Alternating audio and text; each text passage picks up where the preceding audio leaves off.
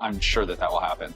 Because some of the changes that are happening under the Trump administration are, all else equal, going to slow the U.S. economy down in the near term. We like to talk about generational wealth. For younger people, it's important to explain why you think it's going to appreciate.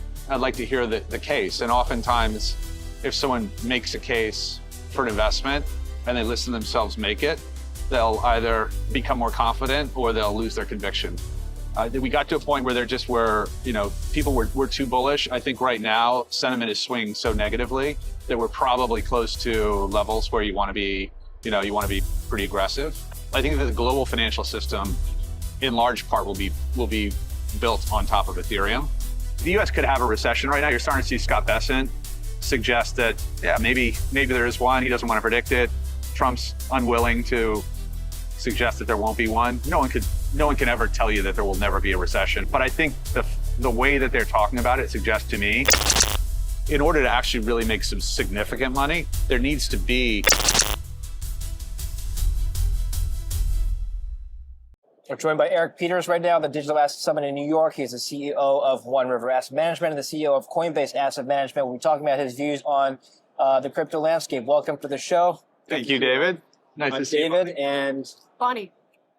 Eric, good to see you. Let's talk about your weekly newsletter that you have on One River Asset Management. You can check that out. Last week, or I believe the last issue that you had, you talked about the potential geopolitical risks of Trump's kind of taking a step back from Ukraine and what that implies for Europe. So if Europe were to remilitarize, specifically Germany, what does that do to the fiscal position? What does that do for the markets? It's a really interesting situation. I mean, in my career, I've been doing this for over 35 years, and the Germans have been the most fiscally austere country in Europe, the largest economy. And so kind of what Germany does, the rest of Europe is more or less forced to do. So for the first time in my career, I've seen them really lift what they call the debt brake. So it will allow for a very substantial deficit spending, and I think they need to do it. It'll be interesting to hit the world at a point where, I think global growth is pretty decent right now, and Europe starting to spend money and build big deficits will just mean, I think higher inflation, all else equal. Does that imply that the debt brake is going to be broken? Yeah, they'll lift it. I mean, it should happen this week in terms of being approved by legislators, but that's going to happen. But you're not worried about a hyperinflation scenario like with Weimar Republic, right? No. That's what they've been worried about for so long. I mean, they've been scared by their ghosts of however many, 80 plus years past, which is the source of their fiscal austerity. But I think the combination of the U.S. pulling back from NATO and from Europe and what's happening in Ukraine has been the catalyst that's pushed them into this position. So once they have this larger levels of debt, and once we have potentially higher levels of inflation, I mean, that's more of a longer term, medium term trend. Does this have any market impact whatsoever? I think so. I mean, you're seeing European equities substantially outperform the U.S. over the past, 3-4 months. Yeah. I think all else equal, we'll see higher rates out of Europe. We should see a stronger euro. And I think those are trends that fly in the face of how the market has been positioned for a long period of time. So pretty dramatic market moves as a result of this. Do you expect the U.S. economy to continue growing at a faster rate than Europe? I think not immediately, just because I think that some of the changes that are happening under the Trump administration are, all else equal, going to slow the U.S. economy down in the near term.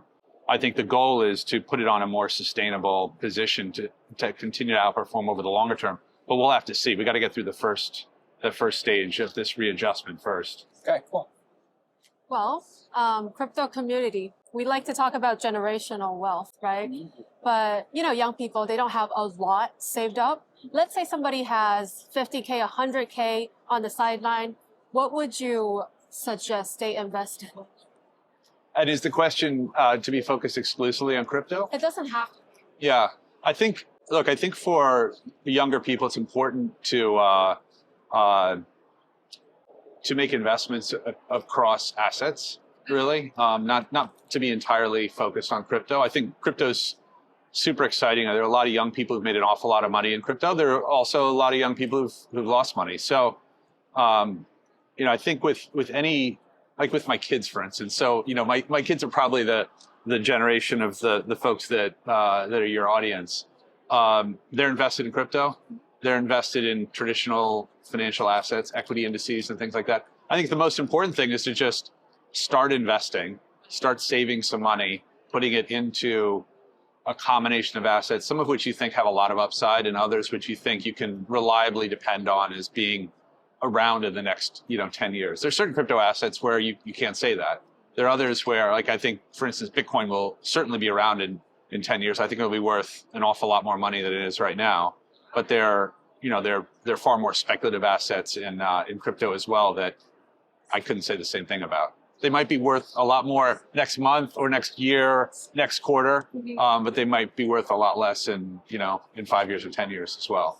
So if your kid comes to you and be like, Dad, I want to invest in meme coin, what would you say? Generally, I'm generally not. But I hate to micromanage anyone. So I'd say I wouldn't just say don't do that. I would say explain why you think it's going to appreciate. Mm-hmm. You're buying it not because you think it's going to go down. You think it's going to go up. Hopefully, I think my kids are smart enough to figure that out. And so I'd like to hear the case. And oftentimes, if someone makes a case for an investment and they listen to themselves make it, they'll either become more confident or they'll lose their conviction. So I try to not tell people what to do. Well, we do want to ask you about your Bitcoin price prediction, if you're comfortable talking about that. Maybe the price prediction of 2025 and 2026, what has to happen for this price target to hit? Yeah, digital assets have been awfully weak recently, actually, which I think what happened, more of an explanation than just a specific target, but I think there was such an abundance of extremely positive news that came out post-election that for the time being, these assets ran out of new buyers.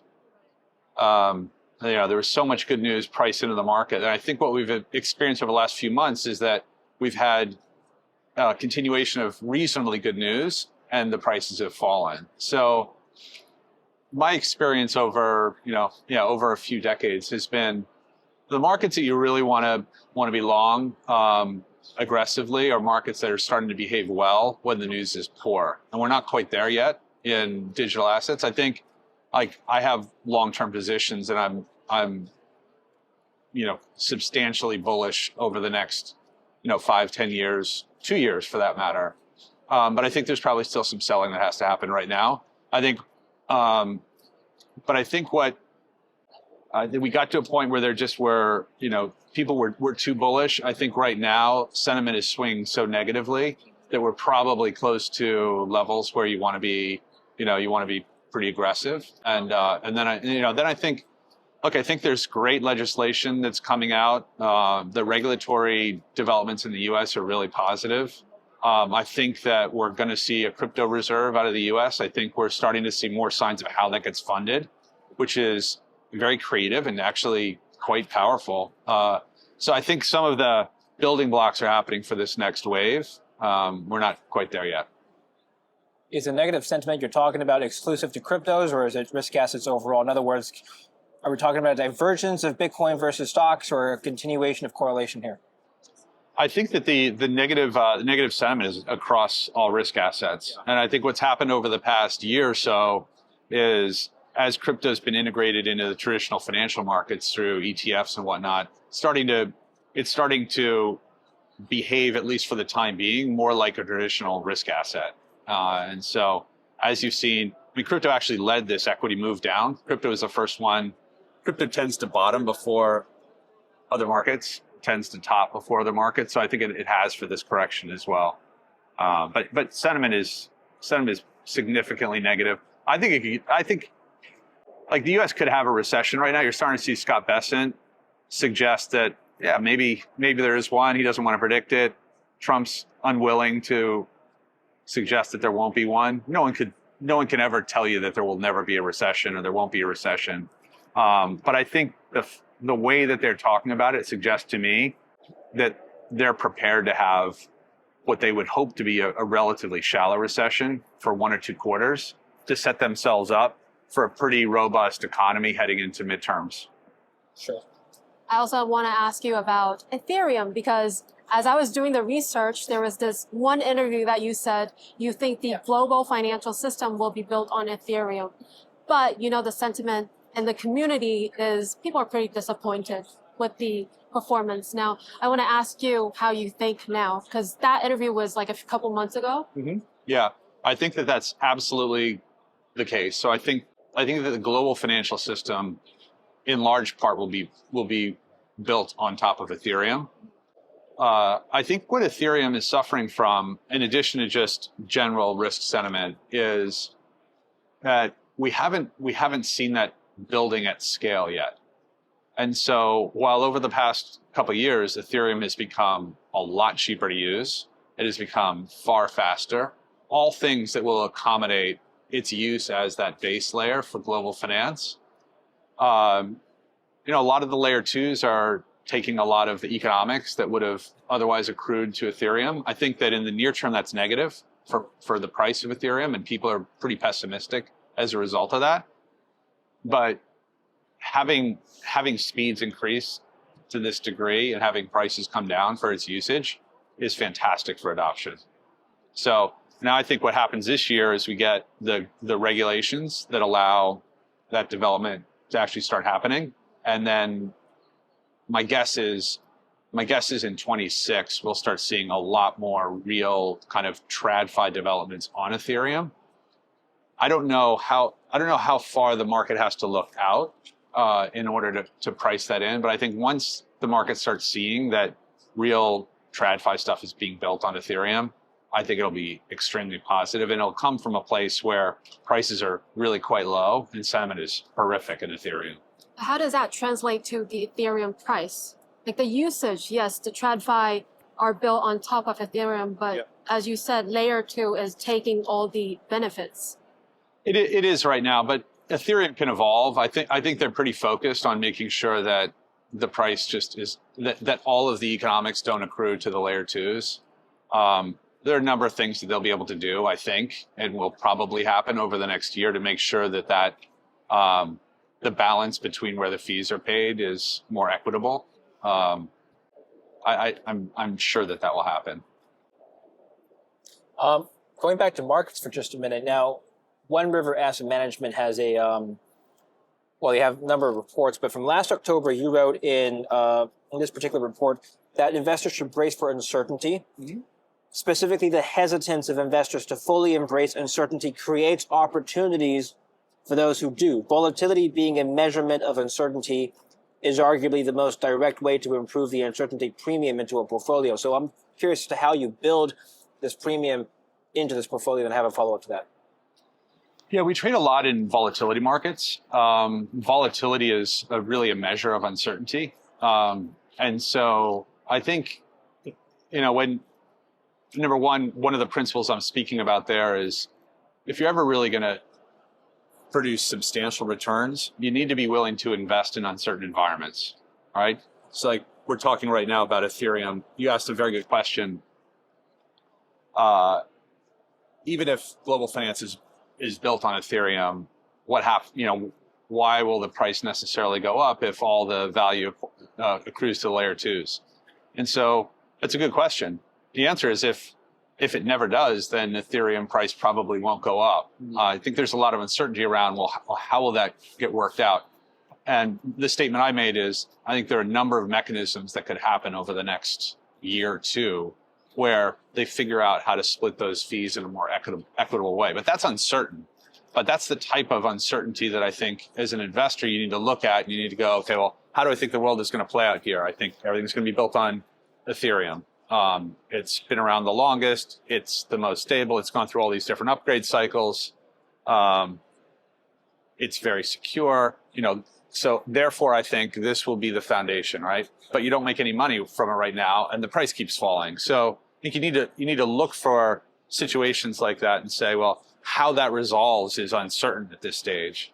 But when I look at the players involved and I think about what that future looks like, I think that there's a much higher probability than the market currently does that Ethereum is not only that base layer, but also accrues a lot more fees. And so that's the formation of any investment thesis more or less looks like that. But I think in order to actually really make some significant money, there needs to be, or at least the market's view needs to be, that there's a lot of uncertainty. You might not have that much uncertainty. Like I have quite high conviction that what I just said is going to be true, but I think the market views that as being very uncertain still, which is why the prices are so depressed.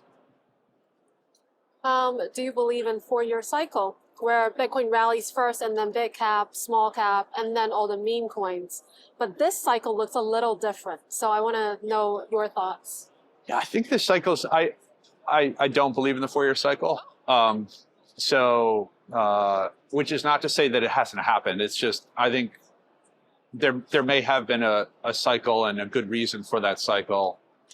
I think with the amount of new supply that comes out of miners right now, probably a pretty reasonable explanation for why that cycle would be a bit different. But I also think that the types of players that are investing in this space at this stage are so different from, looking back 4 years ago, 8 years ago, 12 years ago, that I just think it's unlikely that it's going to play out with that same type of 4-year cycle. I think the more institutions that come and invest in this space, the less we'll see those same types of cycles and even correlations. Like you were asking the question, David, about, is sentiment depressed just for this asset class, or also is it connected to equities and other risk assets? And I think, those types of correlations, I think, are likely to change over the coming 4, 8, 12 years relative to the last, 4, 8, 12, just because the types of players are different. The size of the market cap is very different. A lot of traders, though, they chase this rotation, right? It goes from Bitcoin and then they go Ethereum. So now that you said there is no 4-year cycle, what do you believe in?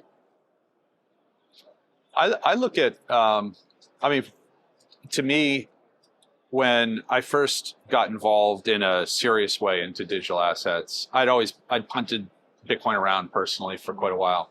But we made our first big investments in 2020, just after the election.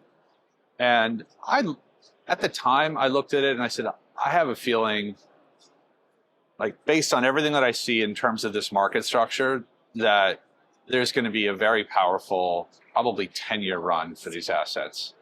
And so why did I pick? That's an arbitrary number. Okay. So, certainly don't hold me to it. But the thought was that at the time in 2020, we had, Bitcoin and other assets had multiple cycles. They had survived that and actually still even thrived through it. So it didn't look like a traditional bubble of sorts. But there were so many things that continue to be misunderstood about these assets, and very few people could actually buy them.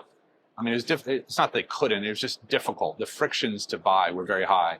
And so my view was that it's probably going to take 10 years until everyone has a digital wallet on their phone and understands what these assets are. Institutions will have adopted them in a significant way. And at that stage, they probably have achieved the type of price that's just, it's less convex to the upside, meaning in 10 years, you're probably not going to say Bitcoin could go up another 20x or 50x. You might say it could go up, maybe like the stock market. It could go up 5 or 15 or 20% a year. But I still feel like we're on that track. There's so few institutions that have really allocated this space, and there's still so much that's misunderstood about it, that I think there's sufficient uncertainty about its future path that I think there's still quite a bit of upside. It's great news. That's a good segue to Project Diamond, something that Coinbase Asset Management is working on. So I believe currently 0.25% of global finance is on chain. What is a reasonable percentage that makes sense for you in the future, and what is a road to that growth? So when we entered this space, when we built out a crypto asset manager, what we realized is that there are many different crypto assets to invest in, but most of them are very tiny. So from an institutional perspective, we felt, for this industry to ever become something really big, we need to bring traditional financial assets on chain. And so Project Diamond is something we worked on for 3 years. It's Coinbase now owns it. And it is a tool to help institutions bring bonds and equities and issue them in a digitally native form, and then exchange them with one another. So buy and sell them. And so that is really that's the unlock. So everything that's happened in crypto so far has happened in this crypto economy, this crypto universe, Bitcoin, ETH, and the trail of assets. That's, as you said, is 25 basis points of total global assets. The big unlock for crypto is taking the crypto technology and bringing the rest of that massive pile of assets into this crypto economy so that stocks and bonds and real estate and art can be traded in the same way that Bitcoin or ETH could be traded.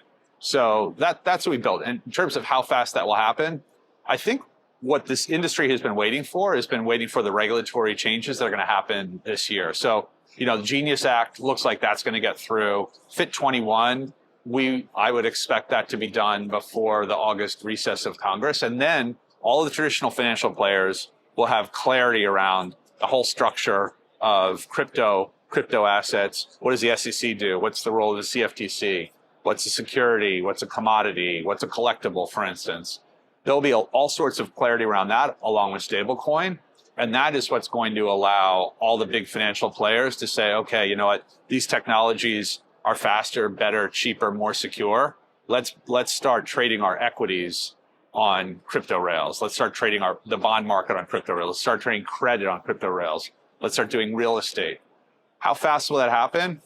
I think it will be slow and then really fast. In other words, I think there will be some adoption probably starting with equities. And there have already been some announcements about firms that are looking to do something in that space, meaning issue equities as crypto, as crypto securities. So I think that will be the beginning of it. And then depending on how fast some of the big financial institutions jump on board, what you'll see is the ones that are the early adopters achieve some economies of scale. They'll start saving money. They'll be able to execute faster for their clients. All good things. And then the competitive pressures will bring other people in that market. But I would say that it won't be a massive amount over the next year. I think in 5 years, that 25 basis point number will be many multiples of what it is right now. And then after that, then the acceleration will really take place. I'm very curious, how do you prove ownership of real estate on chain? Meaning, if I'm trading this tokenized real estate token, yep. How do I know it's actually that building? Well, it has to be connected to law. So, I think that's a very good question and one of many that have to get answered over the next few years. But essentially, with Bitcoin or ETH, it's very easy right now. But when you have to take this token and you have to attach it to some asset that is in the real world, whether it could be gold, it could be real estate, it could be a piece of art, you need to attach that to law. It needs to be, governed in a particular jurisdiction. And so those are the things that will get worked out over the next few years. And they're tricky to work out, but they'll get worked out. Is the White House talking about it? Oh, I'm sure. Yeah. Sure. I have one more question for you. Yeah, shoot. So you're an asset manager.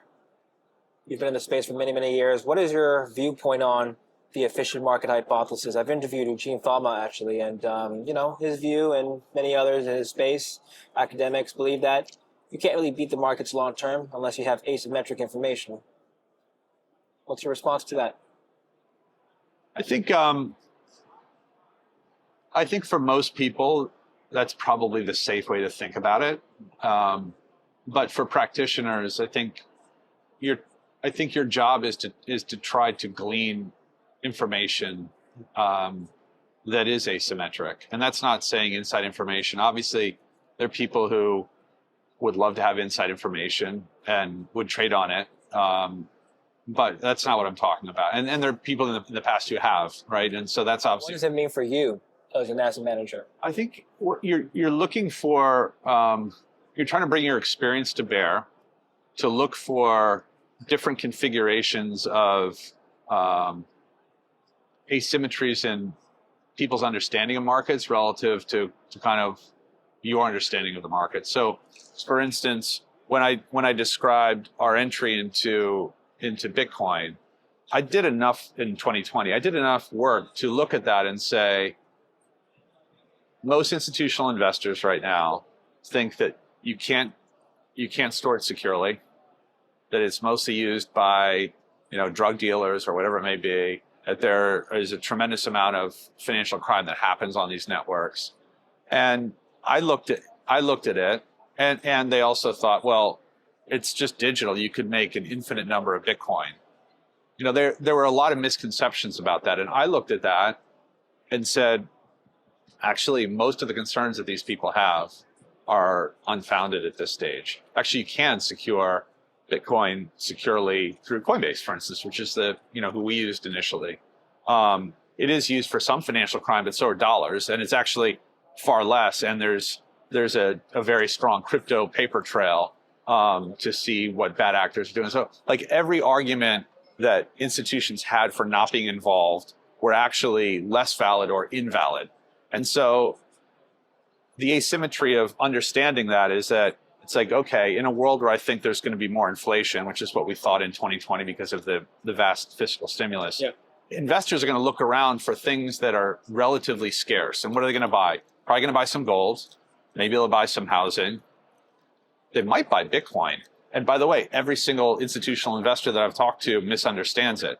So all they have to do is understand it just a little bit better, and there's going to be incremental buying. What's the major misunderstanding? I'll end it here for me of Bitcoin. The major misunderstanding at that stage from an institution's perspective is that it can't be stored safely. They just believe that, oh my God, because there were so many stories about people who had their Bitcoin on their laptop and they lost their laptop or they lost their key, and institutions can't afford that to happen. So that was probably the biggest one. The second biggest one, maybe they were tied for first place, is that you could just create a new Bitcoin network, right? And so why would there be any value that would accrue to this network? Those were two obvious misconceptions, and that nevertheless investors had. So, that when you can identify periods like that, you have a real advantage. So efficient market hypothesis, I think it's often right, particularly in very efficient markets.